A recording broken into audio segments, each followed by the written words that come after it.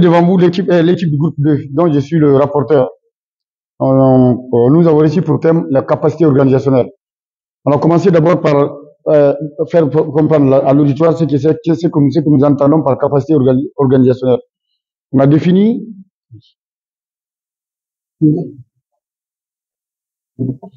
On a dit qu'on entend par capacité organisationnelle la synergie d'action entre les acteurs de la commande publique en vue d'une bonne planification de celle-ci, c'est-à-dire de la commande publique.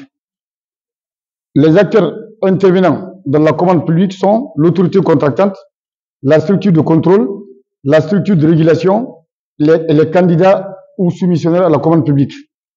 On a donné un cas pratique de l'autorité contractante parmi les acteurs de la commande publique. Nous avons pris l'autorité contractante où on a dit que l'autorité contractante, à travers la PRMP, exprime les besoins et élabore les PPM.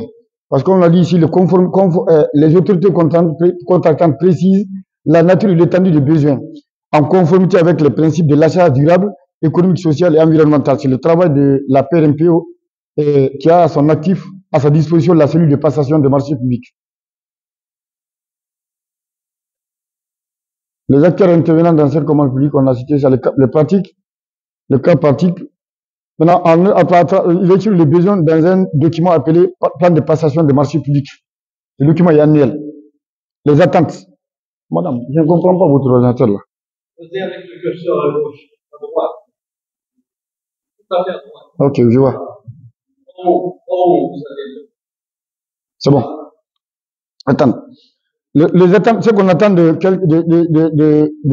la personne responsable des marchés publics chargée de mener cette commande publique au sein de l'autorité contractante, c'est de faire preuve de pratiques de leadership, des capacités managériales, des capacités fonctionnelles et de cohésion organisationnelle. Les difficultés que l'on peut rencontrer dans l'exercice de cette fonction, ça peut être par exemple le manque de collaboration avec les pools financiers, parce que le plus souvent les personnes responsables du marché public sont mal vues par les DAF et les contrôleurs financiers, principalement par les DAF. Et même s'ils ont besoin de certaines informations ou des choses, la collaboration n'est pas facile entre DAF et PRMP. Ça, c'est c'est une difficulté. Les traitements de dossiers au niveau de la structure de contrôle, qu'est-ce qu'il y a une célérité à ce niveau. Et quand il y a des recours concernant certains dossiers de l'autorité contractante au niveau de l'autorité de régulation des marchés publics, que là aussi soit traité facilement et rapidement. Il y a encore un manque de communication entre les acteurs.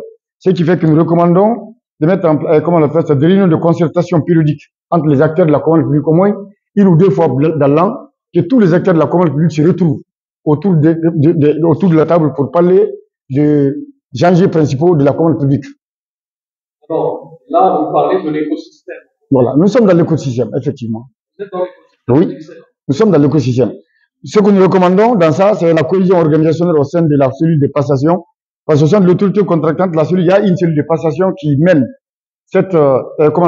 l'exécution de la commande publique. Il y a, au sein de la cellule de passation, il y a, comme on appelle l'individu. On suppose que l'individu est déjà formé. L'individu a répondu au premier critère du thème, au premier thème. Il est là. C'est oral. Je ne vois pas. Ah non, j'explique. Non, les trois cellules. Non, les trois sections de la cellule. Ça fonctionne mieux.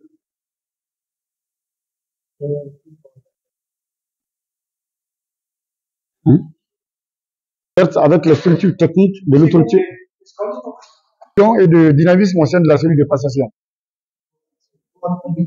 Bon, c'est une fraction proactive, quoi. Elle doit être proactive.